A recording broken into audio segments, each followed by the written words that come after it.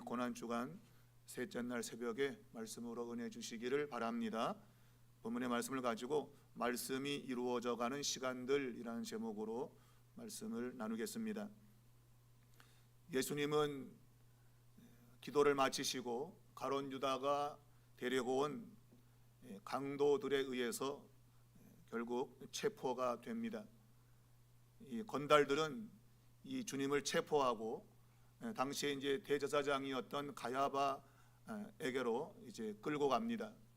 이 가야바의 이름은 요셉이라는 뜻인데 그것은 의롭다는 의미를 갖고 있습니다.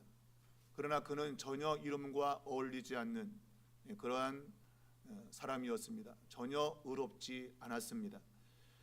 당시에 이 대제사장은 권력을 독점하는 그런 자리였고, 그래서 그는 전직 대제사장이었던 안나스로부터 이제 이 권력을 물려받게 됩니다. 이 안나스는 가야바의 장인입니다. 그는 주 6년부터 15년까지 전직 이제 대제사장으로 이제 힘을 발휘했던 사람인데, 그가 이제 사위에게 그걸 물려주고 나서 여전히 그 권력을 행사하고 있습니다. 권력은 이렇게 달콤한 모양입니다. 그 배후에서 계속 조종하고 있었고 당시에도 많은 영향력을 끼치고 있었던 것이죠. 자, 오늘 이 가야바의 집에 이제 사람들이 모이게 됩니다. 그것은 바로 예수님을 빨리 처형시키기 위한 임시 재판을 열기 위해서입니다. 오늘 성경은 그들이 다 모였다라고 그렇게 우리에게 이야기하고 있습니다. 악을 행하는 일에는 잘 모입니다. 선한 일에는 모이지 않고 악을 행하는 일에는 잘 모이죠. 내가 손해가 되는 그런 일에는 길을 쓰고 모이죠. 우리가 지금도 사회에서 보잖아요. 내가 조금만 뭐 손해 나도 그냥 모여가지고 악다고 이러고 그냥. 여러분, 선한 일에 좀 모이시고 그런 악을 도모하는 일에는 좀 빠지세요. 좀 빠지고. 오늘 예수님을 죽이기 위해서 자신들의 권력에 도전하고 있는 예수님을 죽이기 위해서 그들은 불법적으로 밤에 모였습니다. 이 밤에 모이는 건 불법입니다. 그러나 그들은 비공식적으로 임시적으로 재판을 벌이기로 했고 거기에 다 모였다라고 오늘 성경은 말하고 있습니다. 그만큼 이 예수님의 이 사건이 그들을 아주 놀라게 하고 아주 긴급하다는 그런 느낌을 주었던 것입니다. 지금 빨리 처리하지 않으면 우리에게 아주 큰 불이익이 있을 거라고 생각했던 겁니다. 주님은 그렇게 지금 재판을 받기 위해서 끌려가셨습니다. 성경은 그 당시에 주님의 제자들이 다 도망쳤다고 분명히 말하고 있습니다. 칼을 들었던 베드로 역시도 칼이 빗나가면서 아마 도망을 친 걸로 보입니다.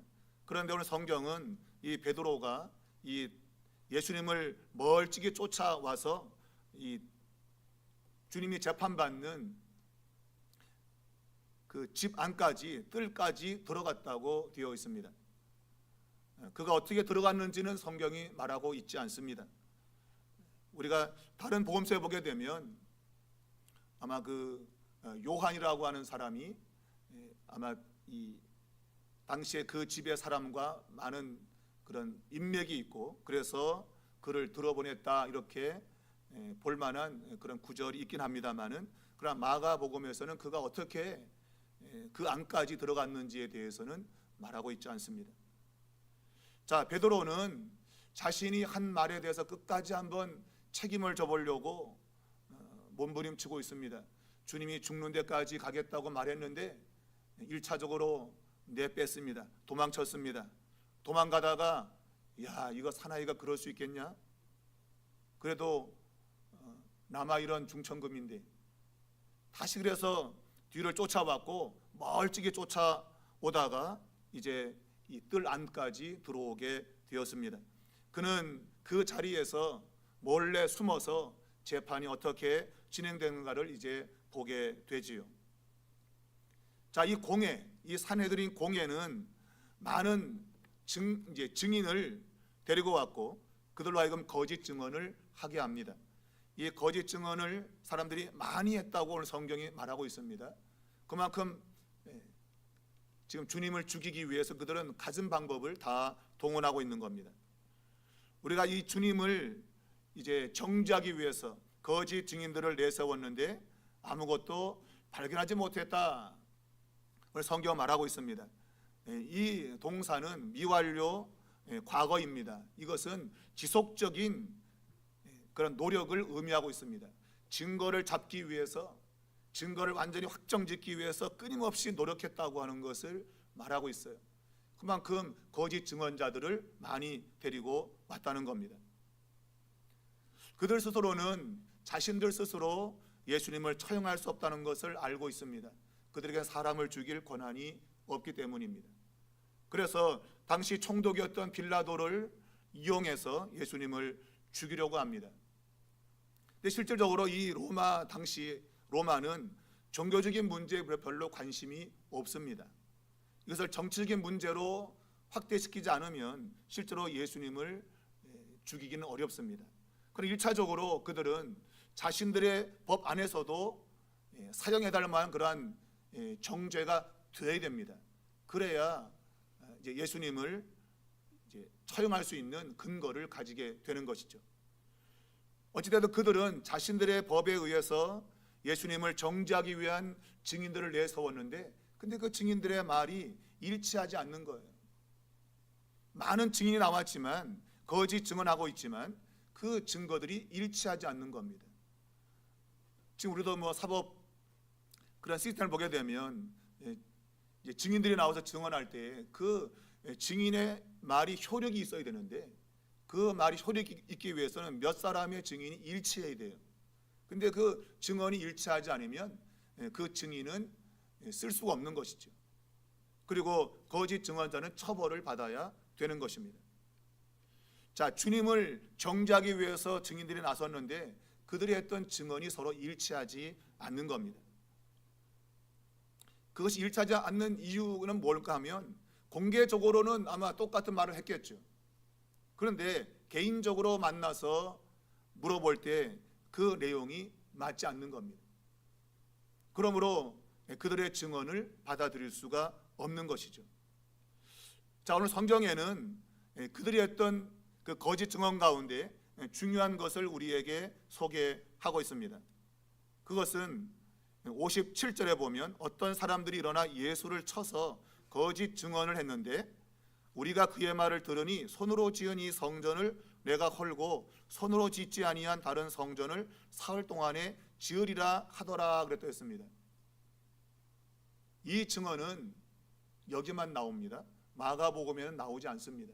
물론 다른 복음서에는 나옵니다. 너 이 성전을 헐라, 내가 사흘 만에 일으키리라, 주님이 하신 말씀입니다. 그런데 마가복음에는 나오지 않습니다. 그러므로 그들의 말은 거짓이죠. 일단 마가복음에는 나오지 않는 말을 그들이 지금 하고 있는 겁니다. 그러니까 우리 1차적으로 볼 때는 그들의 말은 거짓입니다. 없는 것을 만들어내고 있는 것이죠. 그러나 실제로 그들이 이런 말을 하고 있는 이유는 지금 마가가 이 말을 기록하면서 어떤 중요한 의미를 부여하고자 하고 있는 것입니다. 성전을 헐고 다른 성전을 사흘에 짓는다. 바로 이것은 주님께서 성전 파괴를 앞에서 말씀했죠, 그죠? 성전이 무너질 것이라고 하는 그런 말씀을 하셨는데, 이 성전이 무너지는 이러한 그 배경, 성전이 허물어지는 배경을 주님은 다니엘서에서 이제 그 의미를 찾고 있고, 그것은 우리가 그 다니엘서 2장을 보게 되면 사람이 손으로 뜬 돌이 아니라 이상한 돌이 하나 날아와 가지고 다니엘이 이제 그 꿈 신상을 해석하는 그런 내용에서 이제 사람이 손으로 만들지 않은 돌이 날아와서 이 신상을 깨트리는 그러한 이야기가 나오거든요.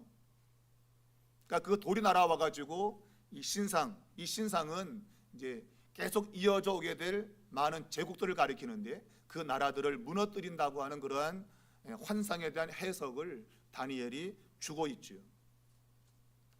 그러니까 이 사람의 손으로 만들지 않은 그 뜨인 돌이 날아오게 되는데, 아마 그것을 새로운 성전이 기존에 있던 그런 모든 것들을 다 허물어 버린다고 하는 그러한 의미에서 말하고 있는 것이고, 그리고 이 다니엘서의 그 내용은 우리가 다니엘서 7장 13절에 인자가 구름을 타고 온다고 하는 그 말과 연관이 되어 있으면서 메시아는 바로 새롭게 이제 와서 이 나라를 무너뜨리고 새로운 성전을 짓는다고 당시에 종말전개 사상이 유대인들에게 있었던 겁니다.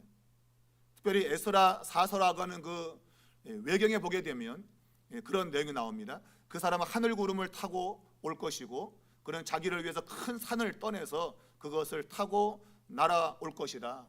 그리고 그것이 이제 기존에 있는 것들 다 무너뜨릴 것이다 라는 그러한 외경이 당시 유대인들 가운데 퍼져 있는 종말적인 사상이었어요. 자, 여기서 하늘 구름을 타고 오시는 분, 바로 그 분에 대해서 주님은 자기 자신이 그 인자라고 지금 말씀하셨죠. 우리가 스가랴 6장 12절을 보게 되면 싹이라는 이름하는 사람이 자기 곳에서 돋아나서 여호와의 전을 건축할 것이라고 하는 그러한 또한 말씀도 있습니다. 주님은 이 스가랴서와 다니엘서를 그분 자신에게 적용을 했습니다. 그러니까 이 손으로 지은 성전을 허물고 그리고 손으로 짓지 않은 이제 새로운 성전을 사흘 만에 짓는다. 이 말은 이 손으로 지은 성전, 이것은 헤롯이 지은 성전을 가리키겠죠. 그 성전을 손으로 짓지 않은 그 이제 성전이 대체한다는 그런 의미를 갖고 있고, 이것은 종말에 있게 되어질 새로운 성전 출현을 이야기하고 있는 겁니다. 그런데 이 말 속에는 이 성전을 손으로 지었다는 개념, 보통 성경은 우상을 손으로 만들었다는 말로 하고 있죠. 우상은 사람이 손으로 만든 거다. 반대로 손으로 짓자는 것은 영광스러운 신성을 말하고 있어요. 그러니까 이 손으로 지은 성전을 이제 우상으로 취급했다, 그런 의미를 도출하고 있는 것이죠. 이 성전이 거의 우상처럼 되었다, 그런 말을 이제 이 마가의 손으로 기록을 남기고 있는 겁니다. 마가복음에는 그 내용이 없어요. 근데 마가가 이걸 기록하고 있는 이유는 성전이 거의 우상시되었다. 그래서 손으로 지은 성전을 없애고 손으로 짓지 않은 더 신령한 뭔가 새로운 성전이 올 거라고 하는 것을 이야기하고 있는 것이죠. 이 말 자체는 예수님이 했다고 지금 사람들이 증언하고 있는데 그것은 신성 모독이죠. 성전을 우상으로 말하고 있으니 이건 신성 모독이다, 그렇게 말하고 있는 겁니다. 그러니까 이 마가복음에 기록되지 않은 것을 마가가 기록하면서 그의 의도는 맞다, 성전은 우상이다, 사람이 손으로 지은 거다. 그러나 이제 손으로 짓지 아니하는 새로운 성전이 올 것이다. 이걸 이제 다른 복음서에서는 그분 자신의 몸을 가리켜서 말했다라고 이제 그렇게 해석을 하고 있는 것이죠. 그러니까 이러한 지금 이야기는 결국 아주 중대한 신성 모독인 겁니다. 성전을 우상이라고 말하기 때문에 이것은 굉장한 신성 모독이 되는 것이죠. 자, 이것도 굉장히 위험 요소를 가지고 있는데 이제 더 중요한 질문이 등장을 합니다. 그것은 네가 찬송받을 자의 아들 그리스도냐라는 질문입니다. 이 말은 네가 하나님의 아들 그리스도가 맞냐라는 질문인데 실제로는 이 의미적으로는 네가 그리스도라고 하는 경멸의 의미를 담고 있어요. 그러나 실제로는 질문하고 있는 것이죠.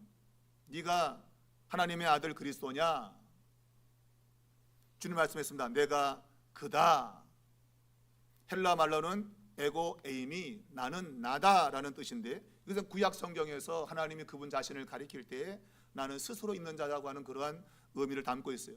내가 그다, 곧 내가 하나님의 아들 하나님이다라는 그런 의미를 담고 있는 것이죠. 예, 이것이야말로 정말 가장 강력한 신성 모독인 겁니다. 하나님의 아들이라고 자처하는 것, 이것이야말로 가장 큰 신성 모독으로 보는 것이죠. 자, 주님은 그분 자신이 하나님의 아들 그리스도임을 선언했습니다.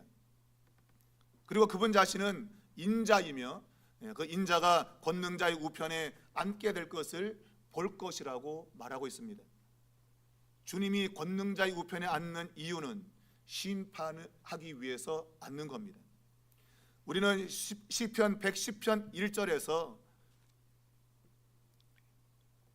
이 메시아가 하나님 보좌 우편에 앉아서 심판을 하고 그 대적자들을 발등상으로 만드는 그러한 역사를 이제 주님 자신에게 적용했죠. 그분 자신이 이 심판자로서 우편에 앉을 거다. 또한 그분은 하늘 구름을 타고 올 것이라, 이 두 가지를 62절에 복합적으로 주님은 설명을 하신 겁니다. 다니엘서 7장 9절을 보면 보좌가 놓이게 되는데 거기에 인자가 와서 앉아서 심판한다고 되어 있습니다. 근데 그 주님은 하늘 구름을 타고 오면서 심판한다고 되어 있습니다. 그러니까 심판은 그냥 고정된 자리에서의 심판이 아니라 이제 움직이면서 행하는 심판인 것을 성경에 말하고 있어요.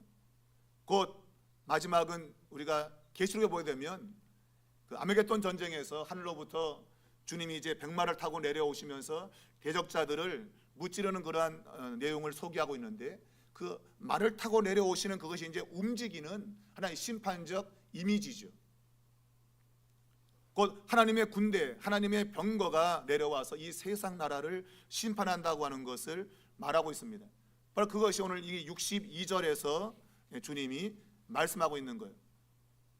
우편에 앉은 것과 하늘 구름을 타고 오는 것을 너희가 볼 거다. 앉아 있는데 구름을 타고 오면서 심판한다.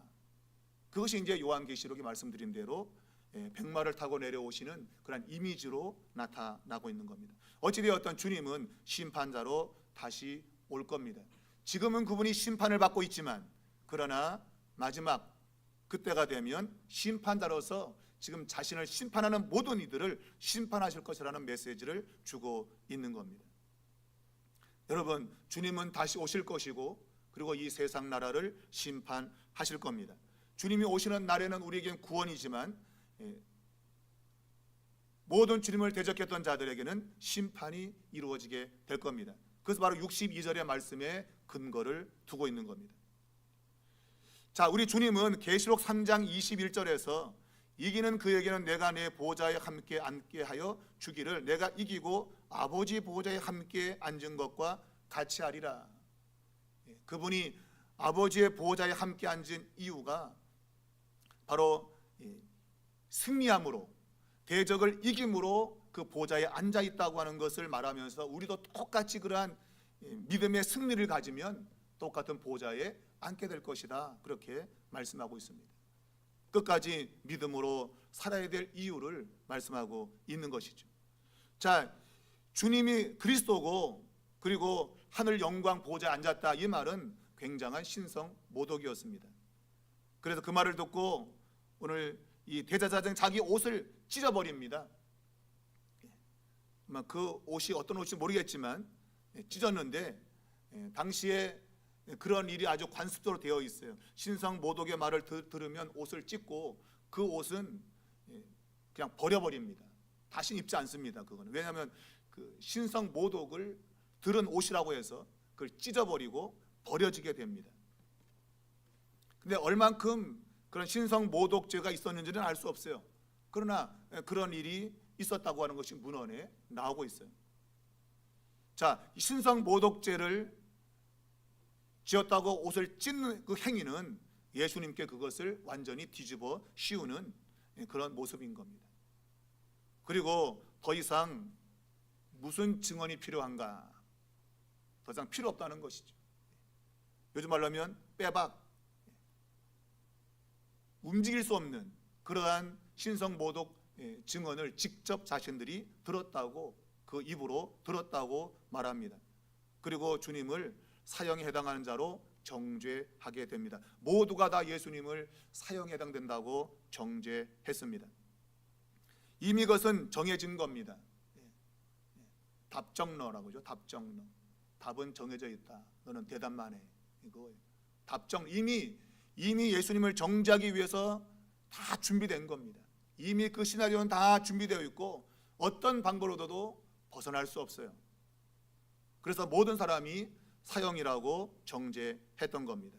이미 그것은 주님의 말씀이 이루어지고 있는 겁니다. 10장 33절에서 주님 말씀에서 인자가 대제사장들과 서기관들에게 넘겨오매 그들이 죽이기로 결의하고 이방인에게 넘길 것이다.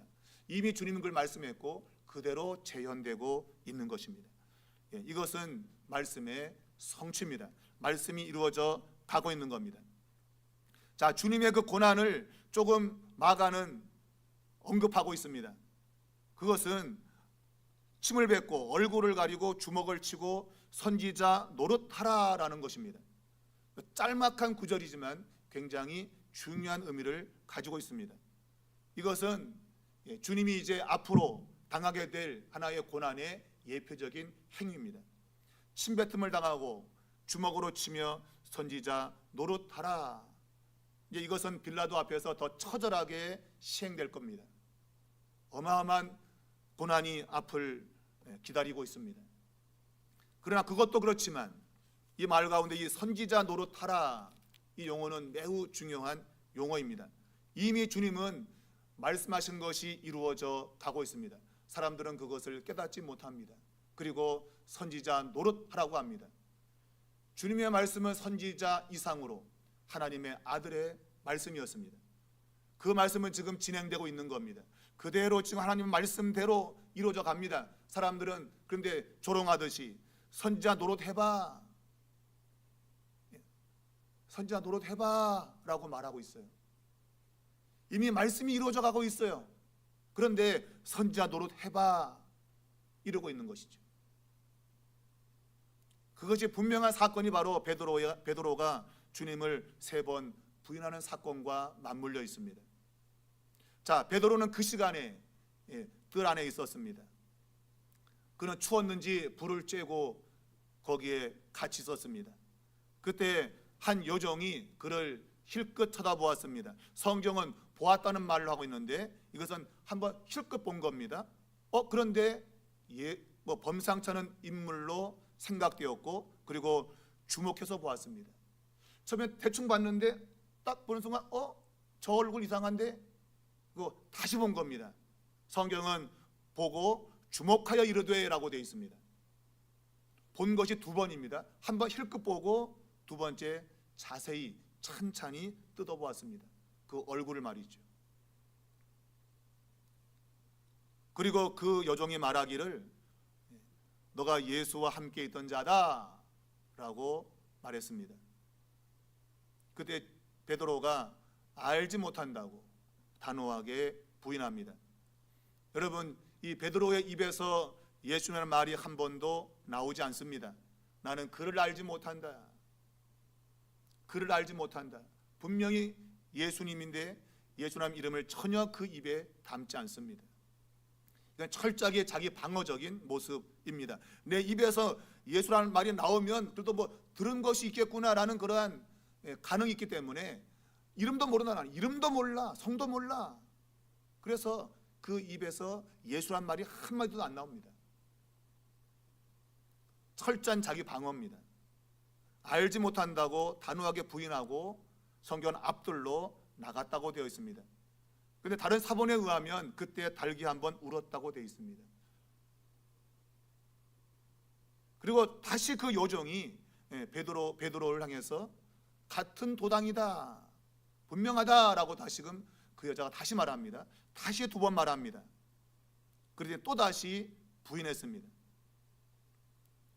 그러자 마지막 3번째 곁에 선 사람들이 이제는 떼거지로 베드로에게 너도 갈릴리 사람이니 참으로 그 도당이다 라고 더 구체적으로 말합니다. 너 갈릴리 사람이다. 꼬라지 보니까 행색이나 말투가 갈릴리 사람이다. 더 강한 증거를 대고 있는 것이죠. 그랬더니 3번째는 저주하며 맹세하며 이 사람을 알지 못한다. 가장 강한 부정을 한 겁니다. 저주하며 맹세했다. 만일 내가 이 사람 알면 내 손에 장을 지져 뭐 그런 거예요. 그러니까 저주가 나한테 임할 거다. 동시에 예수님에게도 저주를 했다고 보는 것이죠.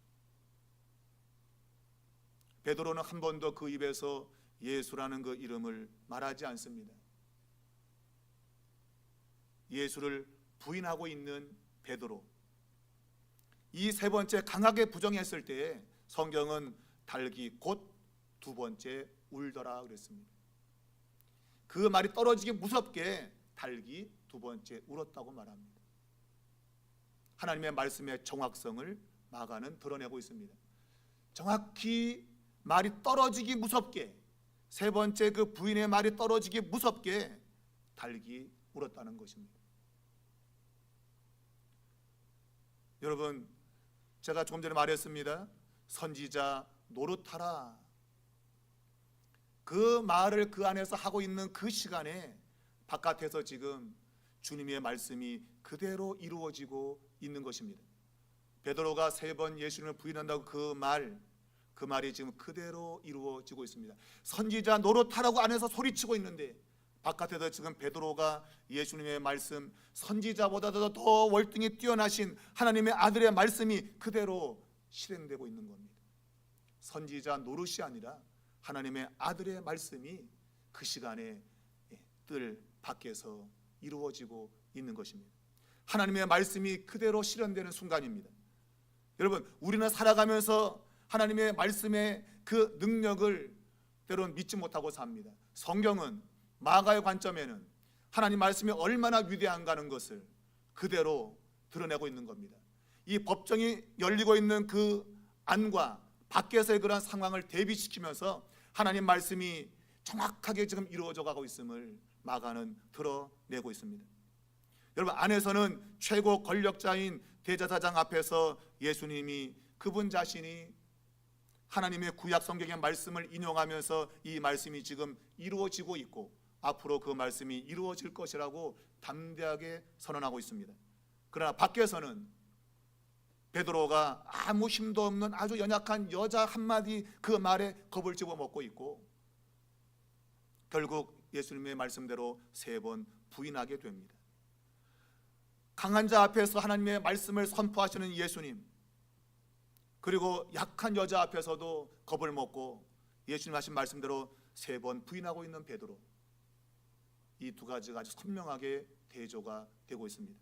이러한 선명한 대조 속에 나타나고 있는 것은 하나님의 말씀의 실현과 실현, 성취입니다. 성취. 오늘 이 베드로의 사건 그 마지막 가운데 말씀을 기억하고 통곡했다고 되어 있습니다. 우리 모두는 마지막 날 하나님의 보호자 앞에서 우리는 심판을 당하면서 말씀을 기억하고 통곡할 때가 올지 모릅니다. 그 말씀대로 그대로 이 마지막 날 이루어지고 있구나. 우리는 그 말씀을 기억하고 통곡하는 날이 와서는 안 됩니다. 여러분, 지금 이 세상 살아가면서 우리는 말씀을 기억하고 살아야 됩니다. 그렇지 않으면 마지막 날 심판대 앞에서 주님 말씀을 기억하고 울 때가 올 겁니다. 성경은 바깥 어두운데 내어 쫓겨서 울며 이를 간다고 말하고 있습니다. 오늘 베드로의 모습이 그것과 겹쳐지지 않습니까? 참 감사하게도 베드로는 회복이 됩니다. 여러분, 이것이 은혜입니다. 우리의 힘으로는 도무지 구원될 수 없음을 베드로의 모습에서 우리는 선명하게 봅니다. 우리 모두는 바깥 어두운데 내어 쫓겨야 될 팔자인지 모릅니다. 그런데 주님이 결국 베드로를 구원하십니다. 세 번 부인했던 베드로를 구원하십니다. 우리가 그 은혜를 정말 잊으면 안 됩니다. 우리는 베드로와 똑같이 다 예수를 부인하고 살 때가 많습니다. 말씀을 등한시하고 내 멋대로 살다가 결국은 말씀이 적용되어서 고통당하는 그런 현실 속에 또다시 주님을 부르짖을 때에 주께서 우리를 도와주지 않습니까, 여러분? 그런 삶을 많이 경험하고 있는 우리들입니다. 뭔가 잘나서 우리가 하나님의 은혜 받는 거 아니잖아요. 참 못하는 건 투성인데 그래서 주님의 이름 불렀더니 주님이 우리를 도와주지 않습니까? 여러분, 그것이 바로 십자가의 은혜인 것입니다. 여러분은 여러분의 힘으로 사는 거 아닙니다. 여러분과 저는 베드로와 똑같은 존재입니다. 아무 힘없는 여자 앞에서도 겁을 먹고 그저 내 살기 위해서 발버둥 치는 그러한 존재에 불과한데, 그런데 우리 주님이 이러한 우리들을 불쌍히 여기고 구원의 길로 인도해 간다고 하는 것, 여러분 감사하시기 바랍니다. 다시금 강조합니다. 여러분, 이 말씀이 실현되어 가는 것을 우리는 분명히 목도해야 됩니다. 하나님 말씀대로 이루어져 가는구나. 그리고 그 말씀을 내가 지금 기억하고 마지막 날 심판대 앞에서 말씀이 기억나도 통곡하는 그런 일이 없어야겠다. 지금 말씀을 기억하고 지금 말씀에 순종하고 살자. 이것이 이번 고난주간을 보내면서 우리의 마음에 결단이 되면 좋겠습니다. 그래서 마지막 날 정말 주님 앞에서 우는 자가 아니라 웃을 수 있는 우리 모두가 될 수 있기를 주님의 이름으로 축복합니다.